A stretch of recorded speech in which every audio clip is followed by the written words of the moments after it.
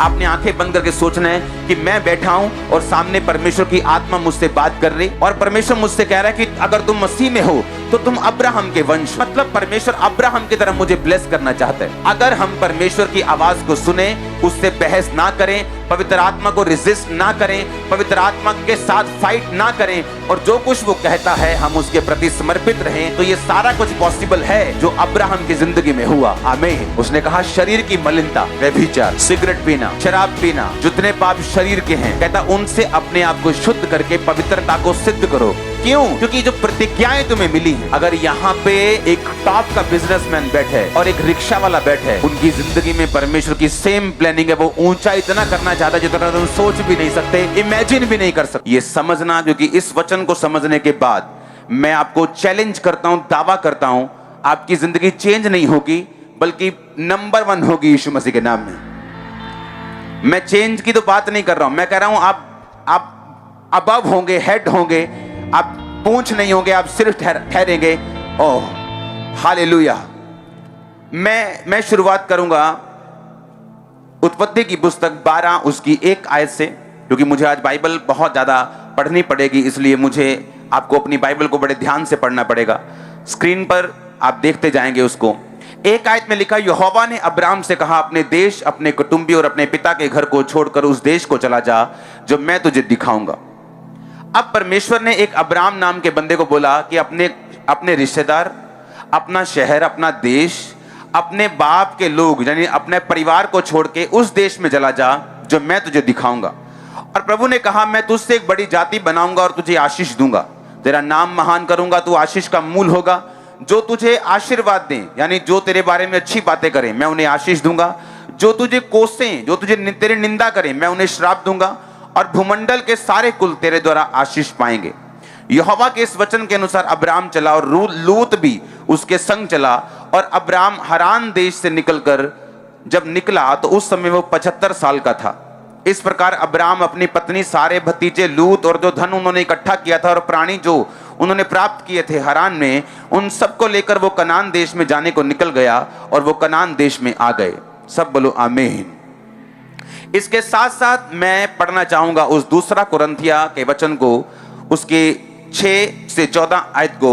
अविश्वासियों के साथ आसमान जुए में ना जुतो, क्योंकि धार्मिकता और अधर्म का क्या मेलजोल, या ज्योति और अंधकार की क्या संगति, मसीह का बलियाल के साथ क्या लगाव, विश्वासियों क्या अविश्वासी के साथ क्या नाता, मूर्तियों के साथ परमेश्वर के चर्च का क्या संबंध, क्योंकि हम तो जीवते परमेश्वर का मंदिर हैं। जैसा परमेश्वर ने कहा है, मैं उनमें बसूंगा, उनमें चला फिरा करूंगा और मैं उनका परमेश्वर हूंगा और वे मेरे लोग होंगे।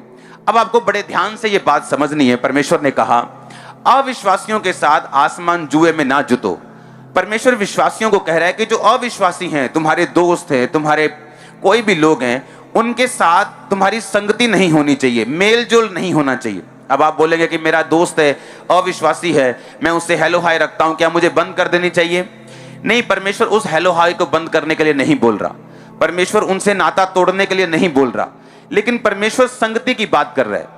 बाइबल कहती है जहां जहां संगति के बारे में जिक्र किया गया, जैसे अगर आप नया नियम पढ़ें तो वहां पे जहां परमेश्वर ने कहा यूहन्ना में कि परमेश्वर ने तुम्हें अपने पुत्र यीशु मसीह की सहभागिता में या संगति में बुलाया है। सहभागिता का यूनानी मतलब है, जिस भाषा में बाइबल लिखी गई थी उसका मतलब है जैसे एक पति का पत्नी के साथ गहरा संबंध होता है, वैसा संबंध परमेश्वर ने अपने साथ बनाने के लिए तुम्हें बुलाया है। इसका मतलब होता है संगति, एक तन, एक मन हो जाना, एक आत्मा हो जाना। परमेश्वर उस आत्मा की बात कर रहा है कि अपने अविश्वासियों के साथ, अपने अविश्वासी दोस्तों के साथ एक आत्मा ना हो जाओ, उनसे अलग रहो। क्यों? मैं आपको बताता हूं। परमेश्वर ने कहा मैं उनमें बसा करूंगा और चला फिरा करूंगा और मैं उनका परमेश्वर हूंगा और वे मेरे लोग होंगे। प्रभु कहता है उनके बीच में से निकलो और अलग रहो और अशुद्ध वस्तु को मत छुओ और मैं तुम्हें ग्रहण करूंगा। अब लोग सोचते थे कि परमेश्वर ने अब्राहम को ये बातें बोली, परमेश्वर ने अब्राहम को ये कहा है कि तू अपने देश को छोड़, अपने परिवार को छोड़, लेकिन परमेश्वर हमें थोड़ी ये बात बोल रहा है। लेकिन ये नया नियम है जहां पौलुस आप लोगों से कह रहा है कि उन लोगों में से निकल जाओ और अलग रहो और अशुद्ध वस्तु को मत छुओ। पता है क्यों? क्योंकि आप अब्राहम का वंश होने के लिए बुलाए गए हैं। अगर आपके पास गलातिया 3 उसकी 29 आयत है स्क्रीन पे तो देखेंगे, है, यदि तुम मसीह में हो तो अब्राहम के वंश और प्रतिज्ञा के अनुसार वारिस हो। बोलो आमीन। क्या कहता परमेश्वर? कहता अगर तुम मसीह में हो तो अब्राहम के क्या हो? वंश, और प्रतिज्ञा के अनुसार क्या हो? वारिस। अब्राहम की लाइफ में कोई भी बंदा अब्राहम को हरा नहीं पाया, आपको भी कोई हरा नहीं पाएगा। सुनो मेरी बात, लोग आज ऊंचा होना चाहते हैं, लोग आज फाइनेंशियली बरकत पाना चाहते हैं, लोग अपने बिजनेस को स्टैब्लिश करना चाहते हैं। परमेश्वर ने ये अब्राहम को प्रतिज्ञा में दिया था कि जहां तू जाएगा मैं तेरे साथ फाइनेंशियली हूंगा और फाइनेंशियली मैं तुझको स्ट्रॉन्ग करूंगा। बाइबल यहां तक कहती है कि अब्राहम का फाइनेंशियली कंडीशन इतना स्ट्रांग था कि राजा लोग भी उससे जेलसी करते थे, वहां की गवर्नमेंट भी अब्राहम से जेलसी करती थी, और कई बार अब्राहम को अगले देश में जाना पड़ता था क्योंकि गवर्नमेंट ये सोचती थी कि कहीं ये अपनी गवर्नमेंट ना बना ले। अब्राहम इतना फाइनेंशियली ब्लेस्ड था। बाइबल कहती है गलातिया 3 उसकी 29 आयत में, अगर तुम मसीह में हो तो अब्राहम के वंश हो। आपका फाइनेंस इतना तगड़ा होगा कि आप सिर्फ अपने लिए नहीं, आप लोगों के लिए आने वाले समय में सोचने वाले यीशु मसीह के नाम में। अब ये होगा कैसे? अब ये नोट करने वाली बातें हैं। परमेश्वर ने कहा पौलुस के जरिए, ये नया नियम की मैं बात कर रहा हूं, यीशु मसीह के जन्म की बात कर रहा हूं। कहता हूं लोगों में से निकलो और अलग रहो, अशुद्ध वस्तु को मत छुओ तो मैं तुम्हें ग्रहण करूंगा। हमें यह बात सोचनी है। आपने नहीं सोचना कि यहां पर आज लाखों की भीड़ है। आपने आंखें बंद करके सोचना है कि मैं बैठा हूं और सामने परमेश्वर की आत्मा मुझसे बात कर रही, और परमेश्वर मुझसे कह रहा है कि अगर तुम मसीह में हो तो तुम अब्राहम के वंश हो। इसका मतलब परमेश्वर अब्राहम की तरह मुझे ब्लेस करना चाहता है। आप जानते एक बात, क्यों परमेश्वर ने अब्राहम को कहा कि इसमें से अलग रहो? पता है क्यों कहा कि अपने पिता के घर को छोड़ दो? क्योंकि परमेश्वर आज की कलीसिया को आशीषित करना चाहता था। पता है क्यों? ऐसा क्यों? अगर अब्राहम उस जगह से ना निकलता, ओके, तो कभी भी इजराइल का जो वंश था वो कभी भी परमेश्वर की योजना के नीचे नहीं आता। क्यों? अब्राहम घर से निकला। अब वो अकेला निकला, अपने भतीजे को लिया, 2 4 5 7 10 20 50 नौकरों को लिया, गाय बैल भेड़ बकरी लिए, जो उस समय के पैसे होते थे वो लिए। लेकिन जब अब्राहम घर से निकला, उसे मालूम था कि अब मैं दूसरे देश में हूं। अपने देश में आपको कोई कुछ नहीं कहता। अब अपने शहर से तो बोलते ना कि डॉग भी शेर होता है, हाँ, अपने शहर में, अपनी गली में। तो वो अपने घर में हर कोई मजबूत होता है, लेकिन वो दूसरे देश में था जहां लोग उसे जानते नहीं थे। उसके पास पैसा था, उसके पास औरतें थी, उसके पास भेड़ बकरियां थी, उसके पास बहुत सारी ब्लेसिंग्स थी। तो उसको मिलिट्री रेज करनी पड़ी, उसको सेना बनानी पड़ी, उसको तलवार के साथ पुरुषों को शिक्षित करना पड़ा, ताकि जब जरूरत पड़े तो लड़ाई करके अपने आप को सेफ रखा जा सके।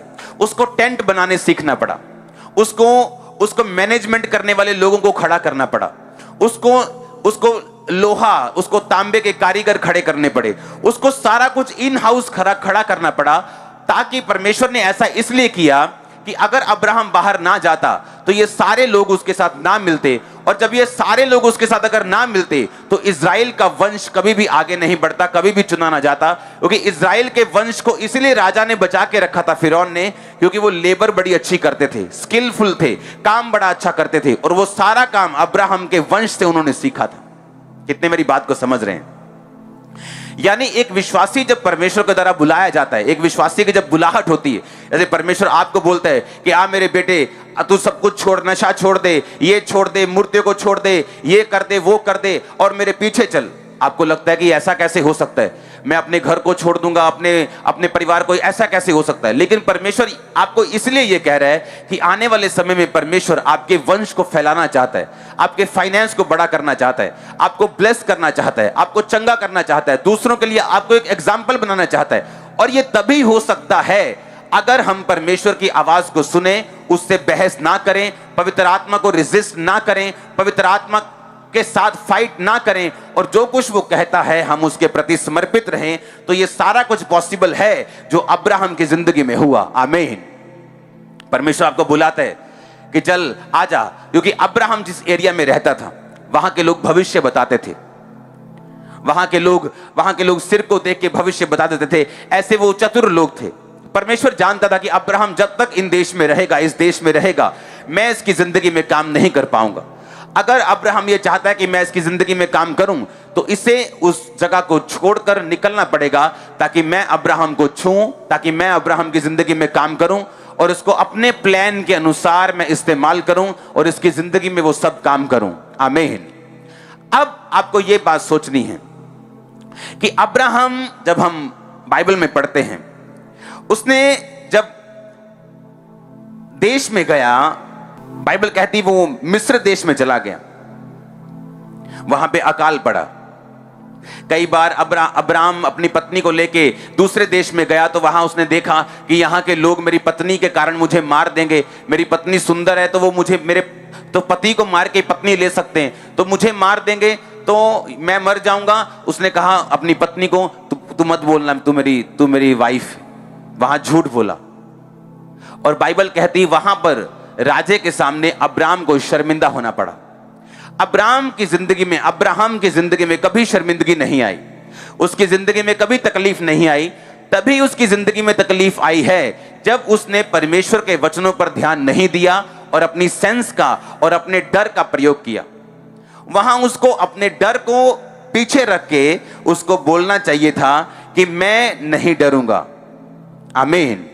अगर परमेश्वर ने मुझसे ये कहा है कि मैं तेरे द्वारा बड़ा वंश पैदा करूंगा, तो वो मुझे इस राजे के हाथ से बचाएगा भी, वो मुझे अकाल से भी बचाएगा। कई बार आप परमेश्वर में आते हैं, आप परमेश्वर में चल पड़ते हैं, आप सडनली देखते क्या होता है, अकाल पड़ जाता है, कोई फाइनेंशियल ट्रबल हो जाता है, कोई शारीरिक मुश्किल आ जाती, कोई कलेश आ जाता है, कोई बड़ी प्रॉब्लम खड़ी हो जाती। आप सोचते कि ऐसा कैसे हो गया, मैं तो क्रिश्चियन हूं। लेकिन बाइबल कहती है अगर परमेश्वर आपको बड़े लेवल पे लेके जाना चाहता है, क्योंकि वो आपके विषय में नहीं सोच रहा, वो आपके वंश के, आपके पोते पड़पोते, उनके बेटे पड़पोतों के बारे में सोच रहा है। जब वो आपको बुलाता है, एक वंश के रूप में बुलाता है, वो आपकी हजारों पीढ़ियों को देखकर आपको बुला रहा है। हजारों पीढ़ियों को उसने आपकी ऊंचा करना है, एक भी जन नीचा नहीं रहेगा आपकी पीढ़ी में। एक एक जन की ऊंचाई, एक एक जन की ब्लेसिंग श्योर है यीशु मसीह के नाम। लेकिन वहां पे अब्राहम के साथ देखो, परमेश्वर ने अपने लोगों की गलतियां छुपाई नहीं है बाइबल में। अब्राहम की गलती को उसने छुपाया नहीं। अब्राहम ने अगर झूठ बोल दिया बचने के लिए कि मेरी जान बच जाए, लेकिन परमेश्वर ने उस झूठ का उसको क्या असर हुआ कि जिस राजा के सामने उसको ऊंचा होना था, उस राजा के सामने उसको शर्मिंदगी सहनी पड़ी। और राजा ने कहा तूने मेरे साथ झूठ क्यों बोला, तू तो परमेश्वर का जन है।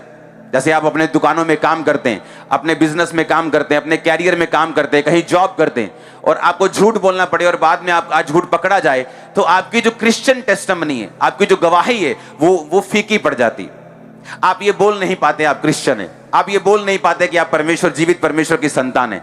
वो बोलते क्या फर्क है तुम में और हम में, हम कम झूठ बोलते हैं, तुम ज्यादा झूठ बोलते हो। अब्राहम की गवाही वहां पे खराब हुई और परमेश्वर का प्लान डिले हो गया।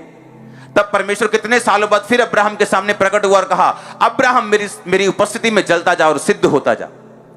जो बेटा मैं तुझे देना चाहता हूं मैं तुझे दूंगा, पर अभी तू सिद्ध नहीं, अभी तू परफेक्ट नहीं, अभी भी तू अपने दिमाग का प्रयोग कर लेता है, अभी भी अपनी सेंस का प्रयोग कर लेता है, कभी कभी अपने डर के मारे तू मेरा इनकार कर देता है, मेरे वचनों से हट जाता है। ऐसा नहीं करना, मेरी उपस्थिति में चलता जा और सिद्ध होता जा, और जो वायदे मैंने तेरे साथ किए हैं मैं सारे वायदों को पूरा करूंगा। आमीन। अब क्या हुआ, अब्राहम जहां पर आप देखेंगे, अगर दानियेल ने परमेश्वर का स्टैंड लिया और कहा कि यह खाना मैं नहीं खाऊंगा, परमेश्वर ने उसका साथ दिया कि नहीं दिया। अगर शेद्रक मेशक अबेदनगो ने कहा हम इस मूर्ति के सामने नहीं झुकेंगे, चाहे आग की भट्टी में जाना पड़े, तो आग की भट्टी में जाके परमेश्वर ने उनको बचाया और उनका साथ दिया, हाँ या ना।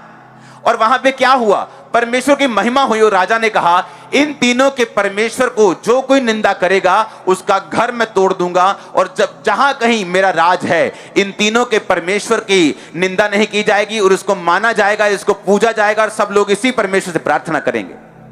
क्यों? क्योंकि परमेश्वर के वचन के लिए स्टैंड लिया गया। अब्राहम के टाइम में ऐसा नहीं हुआ। राजा ने अब्राहम को शिकायत की कि तूने मेरे साथ झूठ क्यों बोला, और अब्राहम को वहां शर्मिंदा होना पड़ा।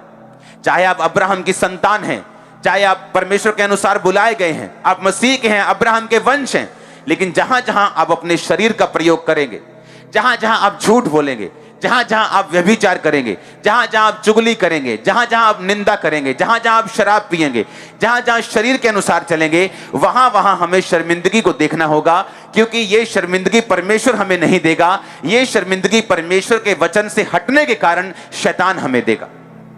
हालेलुया। जब तक आप अपने पिता के घर में हैं, आपका दुश्मन आपको टच नहीं कर सकता। लेकिन जब आप अपने पिता के घर से बाहर होते हैं, और खासकर तब जब आप पिता की मर्जी से बाहर होते हैं, कि पिता आपको बोल रहा है कि उस इलाके में मत जाना, फिर भी आप जाना चाहते हैं, वहां पर आपकी प्रोटेक्शन नहीं होती। अगर कोई अटैक हो तो फिर आप परमेश्वर से, अपने पिता से आप शिकायत नहीं करते, क्योंकि आपने वो सब कुछ अपनी मर्जी से अपनी जिंदगी में लिया है। परमेश्वर कहता है उनके बीच में से निकलो और अशुद्ध वस्तु को मत छुओ। क्यों?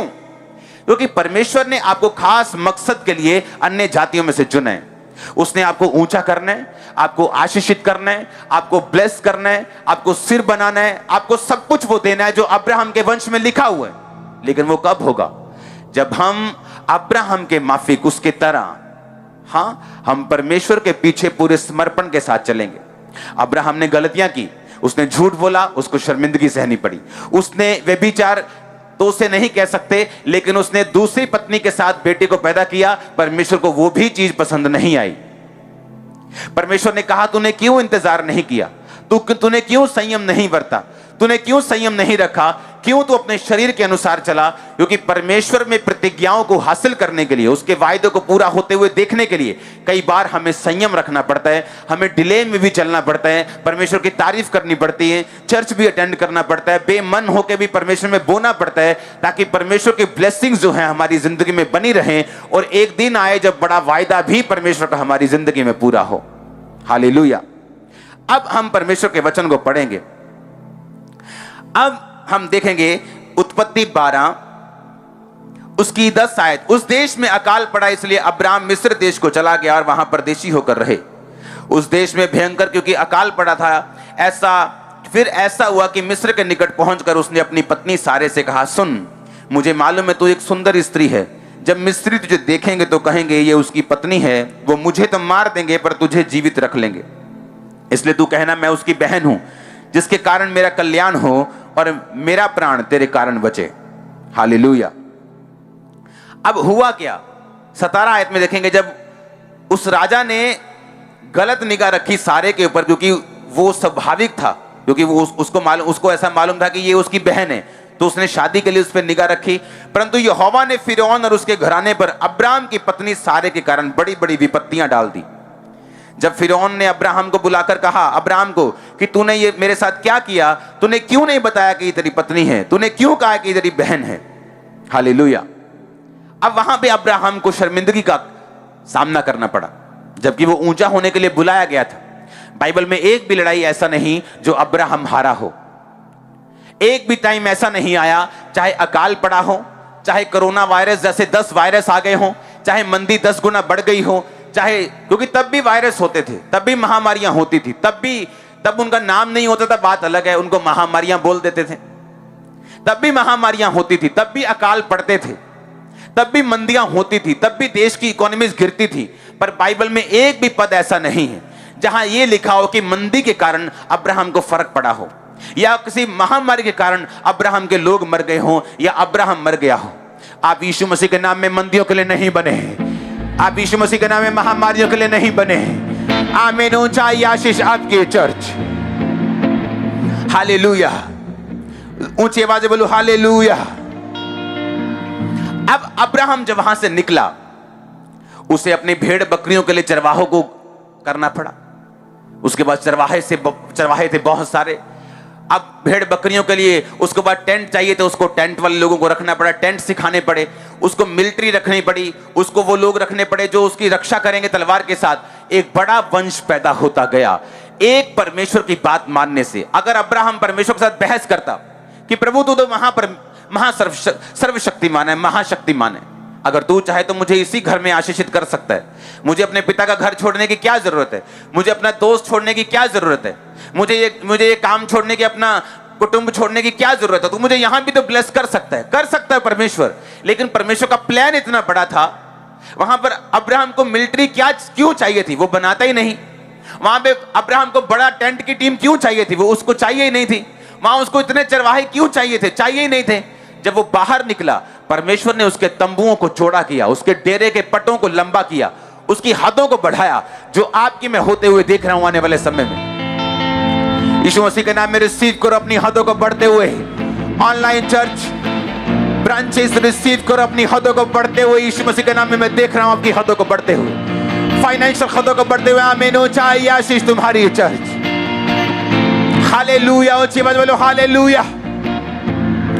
ऊंची आवाज बोलेंगे हालेलुया। Thank you Jesus. दूसरा कुरिन्थियों 7 उसकी 1 आयत को पढ़ेंगे। उसमें लिखा आता है, ए प्रियो, जबकि ये प्रतिज्ञाएं हमें मिली हैं, तो आओ हम अपने शरीर को और आत्मा को सब मलिनता से शुद्ध करें और परमेश्वर का भय रखते हुए पवित्रता को सिद्ध करें। उसने कहा शरीर की मलिनता, व्यभिचार, सिगरेट पीना, शराब पीना, जितने पाप शरीर के हैं, कहता उनसे अपने आप को शुद्ध करके पवित्रता को सिद्ध करो। क्यों?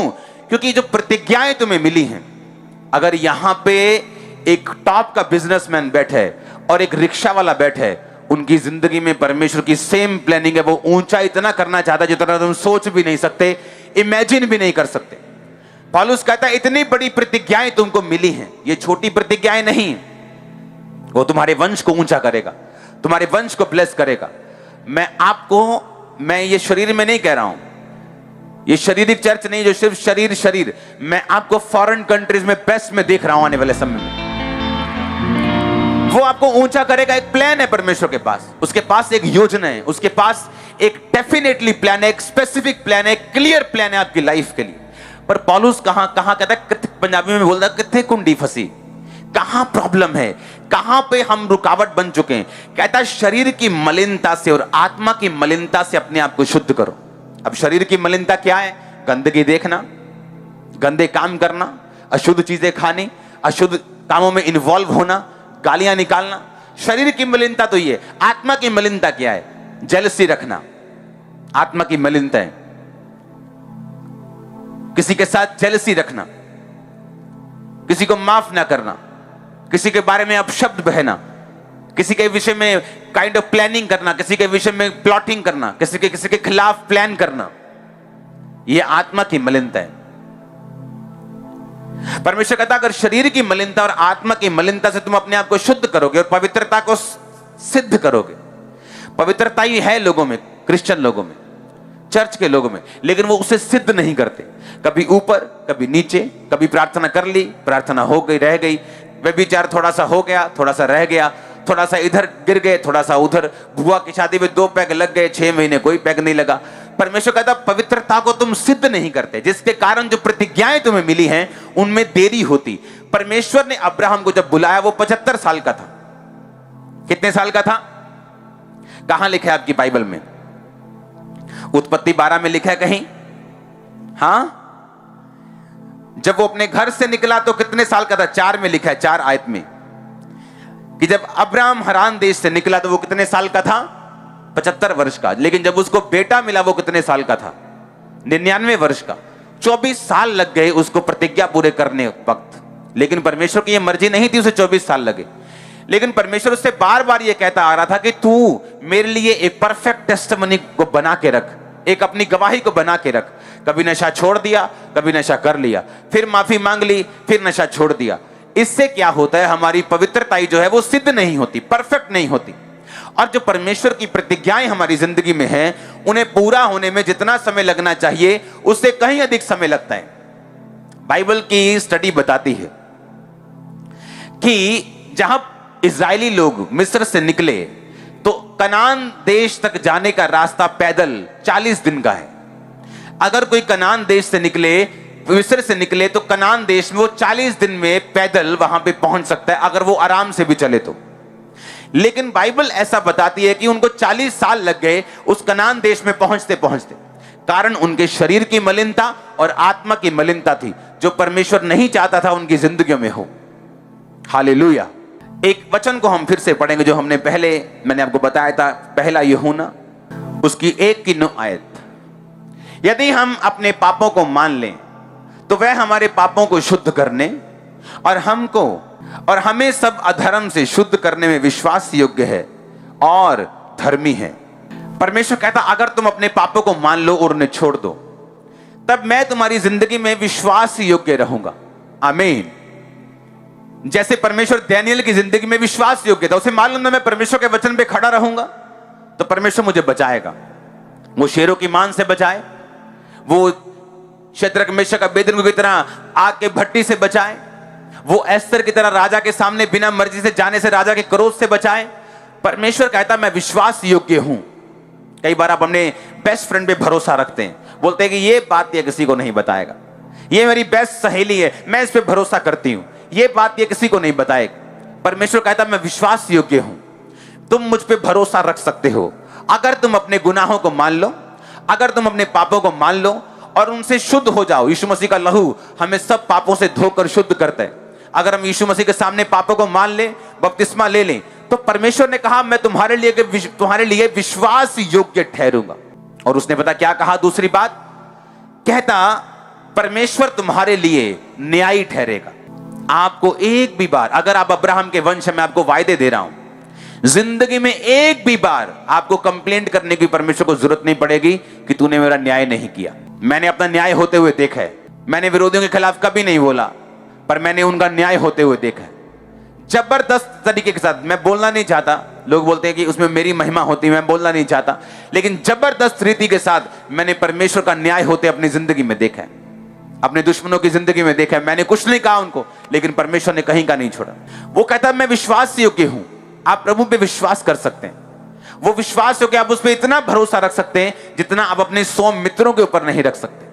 वो इतना विश्वास योग्य है। परमेश्वर ने कहा कि वो तेरा न्यायी होगा, वो तेरा न्याय करने वाला होगा। तुझे अपने जेलसी रखने वाले लोगों से जेलसी रखने की जरूरत नहीं पड़ेगी। तुझे अपने दुश्मनों से दुश्मनी रखने की जरूरत नहीं पड़ेगी। तुझे कोई स्ट्रेटेजी प्लान बनाने की जरूरत नहीं पड़ेगी। अगर तू ऐसा करेगा तो तू परमेश्वर के न्याय को रोकेगा, क्योंकि तूने खुद अपना न्याय कर लिया। लेकिन अगर तू परमेश्वर पे छोड़ देगा, वो तेरा न्याय करेगा और जबरदस्त रीति के साथ करेगा और मार्वलस तरीके से तुझे ऊंचा करेगा। और तू देखेगा तू परमेश्वर तेरी लाइफ में क्या क्या किया। और ये प्लान हम सोचते अब्राहम की लाइफ में है। नहीं, अगर आज से 10 साल पहले कोई बॉडी बिल्डिंग में स्वर्ण पदक जीता हो और आप उससे 10 साल बाद मिले और बोले कि मुझे भी आपके जैसा बनना है, क्या तरीका बदला है? बोलो, क्या तरीका बदला है? डंबल उठाने पड़ेंगे ना, तरीका बदला तो नहीं। भार उठाना पड़ेगा कि नहीं उठाना पड़ेगा? सुना नहीं मेरे को? ऊंची आवाज में बोलो। उठाना पड़ेगा, मेहनत करनी पड़ेगी, डोले बनाने पड़ेंगे, डाइट चेंज करनी पड़ेगी। अगर वो बोले यार 10 साल पहले ऐसा होता था, अब कुछ आसान तरीका बता ना। कौन सुबह सुबह डाइट चेंज करे? कौन भटूरे छोले छड्डे? केड़ा बंदा परोठियां छड्डे? दुख होता है पेट को छोड़ के, मुझे मालूम है। हालेलुया। सुनो मेरी बात। लेकिन वो बोलेगा भाई साहब, चाहे 50 साल पहले किसी ने स्वर्ण पदक जीता हो, चाहे कोई 100 साल पहले इसमें कामयाब हुआ हो, लेकिन तरीका यही है।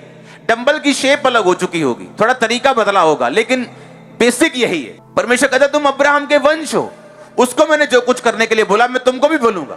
कई बार आपको अपनी चंगाई से हटकर देखना पड़ता है, क्योंकि परमेश्वर ने सिर्फ आपको चंगा होने के लिए नहीं बुलाया। अब्राहम को चंगाई नहीं मिली 24 साल तक, तो उसने कहा चलो ठीक है चंगाई नहीं मिली, लेकिन मैं जीवित परमेश्वर की संतान हूं। अब मैं यरूशलेम की बाट जोहता हूं, स्वर्ग की बाट जोहता हूं। कई बार विश्वासी को ऐसा भी परमेश्वर परखता है कि अगर मैं इसे कुछ नहीं देता तो तब भी क्या ये मेरे साथ वफादार है? क्या अनंत जीवन की बाट जो रहा है, क्या इसका ध्यान अनंत जीवन की तरफ है? क्या इसका ध्यान स्वर्ग की ओर है, या सिर्फ चंगाई और बरकत, या सिर्फ वो बाबाओं की भीड़ की तरह आप चर्च में आ रहे हैं? या आप सचमुच विश्वासी हैं? या आप सचमुच बिलीवर्स हैं? क्या आप सचमुच परमेश्वर की रियल संतान हैं? उसने कहा अगर तुम अब्राहम के वंश हो तो याद रखो तरीका वही है, अलग टाइम में रहना होगा।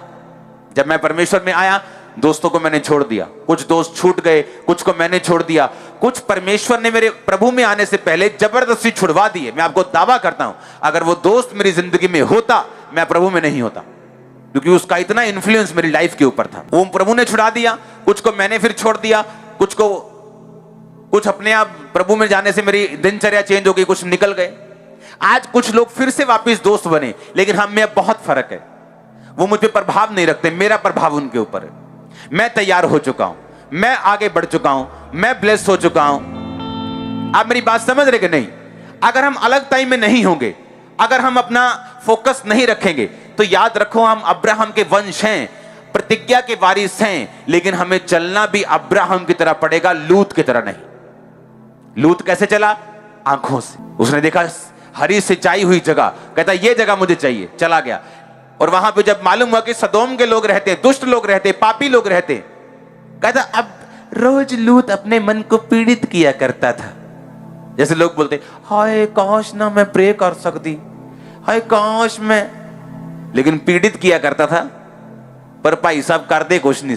हाँ क्या हो गया, पैसा नहीं होगा कुछ तो छोड़ दो सदम को। नहीं नहीं मेरे में पूरा कंट्रोल है जी, मैं आप मेरे दोस्त है दारू पींदे, आप मजा ला हाथ लाया हो। लूत भी यही बोलता था कि सदोम के लोगों की दिनचर्या मेरे पे इफेक्ट ही नहीं करती, मैं तो प्रभु में खड़ा रहूंगा। पर उसके परिवार को इफेक्ट कर गई, वो उसके बच्चों को इफेक्ट कर गई। वो जब वो चला तो उसके बच्चे उसकी दामाद नहीं माने चलने के लिए, उसकी पत्नी को इफेक्ट कर गई, नमक का खंबा बन गई वो, क्योंकि आंखों से चला। परमेश्वर ने कहा था विश्वास से चलने के लिए, तुम आंखों से चले। अब्राहम जब विश्वास से चला प्रभु ने आशीषित किया, जब शरीर से चला उसको शर्मिंदगी का सामना करना पड़ा। अब परमेश्वर ने कहा लूत को, और वो चला गया कि तू चुन ले, और वो चला गया। उसने अब्राहम को बोलना चाहिए था कि भाई तू मेरे लिए चुन, तू मेरा अगुआ है। लूत लोगों को ये बात मालूम होनी चाहिए कि हमारा स्पिरिचुअल मेंटर कौन है, चाहे वो इस बात को माने चाहे ना माने। हर चीज लोगों को कॉपी करनी है, पर कंपटीशन भी करना है, लेकिन उनको मालूम नहीं स्पिरिचुअल हम उनके मेंटर्स हैं। आमीन। तो मेंटर से ही पूछो क्या करना है, ताकि आने वाले समय में तुम नाश ना हो, परमेश्वर तुम्हें बचा के रखे। अब लूत ने क्या किया, उसकी पत्नी नमक खंबा बनी, उसकी बेटियों ने गलत वंश पैदा की, और वो श्रापित हुए सदा के लिए परमेश्वर के सामने से। शरीर में चलने का एक बड़ा गलत, कि आप लूत की तरह चलना चाहते हैं, शरीर में चलना चाहते हैं या आत्मा में चलना चाहते हैं। आमीन। अब परमेश्वर ने मुझे दोस्तों से अलग किया और उन सालों में मुझे बनाया। इमेजिन करो मैं अकेला रहता था टोटल, ना मेरे दोस्त मेरे साथ थे, जो क्रिश्चियन साथ थे एक दिन वो भी साथ नहीं थे, कोई साथ नहीं था ना। फैमिली तो पहले विरोध में थी, दोस्त पुराने मैंने छोड़ दिए थे, जो थोड़े बहुत थे उनके साथ अब बनती नहीं थी। वो शराब पीने वाले थे, नशा करते थे, उनके साथ जाओ तो गाली के पहले गाल मुंह से निकालते थे तब बात। उनके लिए वो दिनचर्या थी, उनके लिए वो पाप नहीं था, लेकिन मेरे को बिल्कुल ऑकवर्ड लगता था कि मैं कहां आ गया हूं, मुझे उनके साथ बैठना उठना नहीं था। वो टाइम परमेश्वर ने मुझे हीलिंग भी नहीं दी, वो टाइम परमेश्वर मेरे विश्वास को परखता रहा, वो टाइम परमेश्वर मुझे प्रार्थना करने के लिए भी ज्यादा बोलता रहा, फास्टिंग करने के लिए बोलता रहा। 40 रोजे खत्म 40 शुरू, 40 खत्म 40 शुरू, एक साल में 5-5 बार 40 रोजे। वो मेहनत का टाइम था और आज रिजल्ट लेने का टाइम। अब आपने सोचना है क्या करना है, आपको मेहनत करनी और सदा के लिए रिजल्ट लेना है, वंशों के लिए लेना है, या आपको शरीर के अनुसार चलना है। प्रभु ने आपको ब्लेस होने के लिए बुलाया, आप एक्सट्रीमली ब्लेस होने वाले, एक्सट्रीमली। आमीन ऊंचा चाहिए चर्च, मेरे को आमीन ऊंचा चाहिए। हालेलुया। हम वचनों को नोट करेंगे। पहला यूहन्ना 1 उसकी 9 आयत को हम घर जाके फिर से पढ़ेंगे और मनन करेंगे। जितने वचन मैंने आज आपको बताए, हम उन वचनों को पढ़ेंगे अपने घर जाके और उन पर मनन करेंगे। इंटरनेट पर इन्हें डाल दिया जाएगा, इस सरमन को अलग से डाल दिया जाएगा, क्योंकि ये बहुत बहुत बहुत इंपॉर्टेंट है आपकी लाइफ में। आमीन। क्योंकि अगर परमेश्वर आपको ये कहता है कि मैं तुम्हें, अगर तुम मसीह में हो तो अब्राहम के वंश हो, तो मैंने आपसे एक क्वेश्चन किया था कि जो कुछ एक पहलवान को 50 साल पहले मेहनत करके मिला, आज के पहलवान को मेहनत करनी पड़ेगी कि नहीं करनी पड़ेगी? बताओ ऊंची आवाज में, बताओ ऊंची आवाज में। अगर अब्राहम को ऐसा करना पड़ा तो आपको करना पड़ेगा कि नहीं करना पड़ेगा? तो ऐसा ही करना पड़ेगा आपको। अगर वो अब्राहम की तरह हमें बुलाता है आशीष देने के लिए, तो उसी तरह हमारी परख भी होगी, उसी तरह से परमेश्वर ब्लेस भी करेगा, उसी तरह से हमें बचाएगा भी, हमें हराएगा भी नहीं, हमारी जीत भी सुनिश्चित होगी, हमारे वंश भी ब्लेस होंगे, फाइनेंशियली आप बरकत पाओगे। 101% मैं लिख के आपको देता हूं।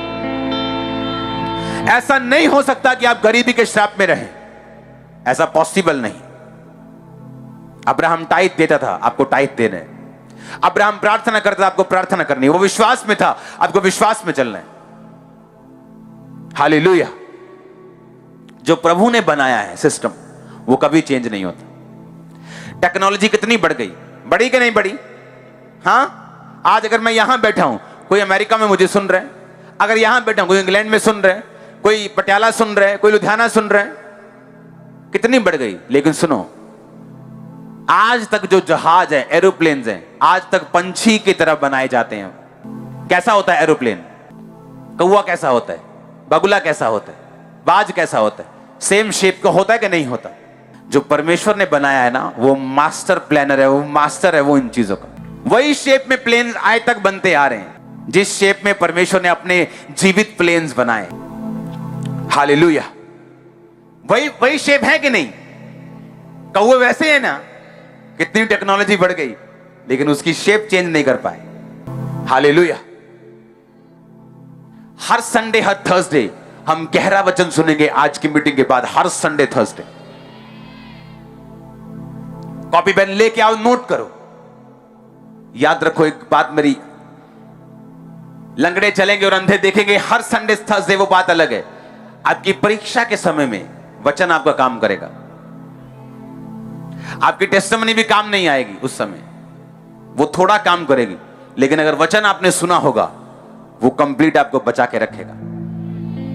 हालेलुया।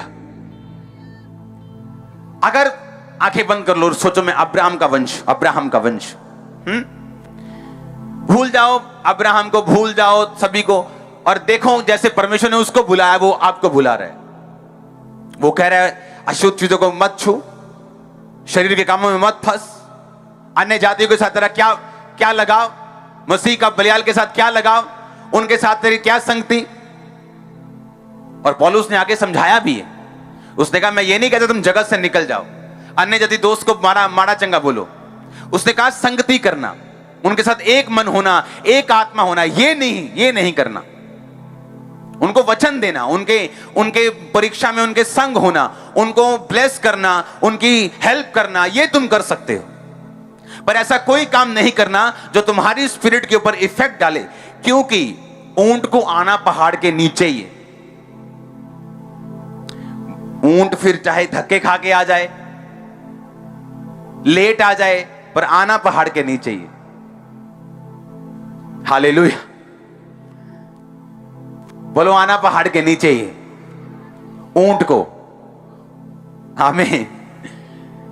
आना वहीं पे हमने, लेकिन किसी ने सीख के आने, परीक्षा में फंस के, फिर शर्मिंदगी में फंस के, किसी ने ऐसे, लेकिन किसी ने आराम से। ये आपने फैसला करना है आपने कैसे आना है। हालेलुया। कि आपको अगर अब्राहम के समान बुलाया गया तो आपको याद रखना परीक्षाएं हो सकती, आपको याद रखना प्रॉब्लम्स आ सकती, आपको याद रखना, लेकिन आपको यह भी याद रखना आप कभी भी हारेंगे नहीं। आपका वंश ऊंचा होगा, देश की इकोनॉमी के साथ आप मैच करने पाएंगे। आने वाले समय में ऐसा होने वाला। आमीन। और आशीष आपकी चर्च। हालेलुया।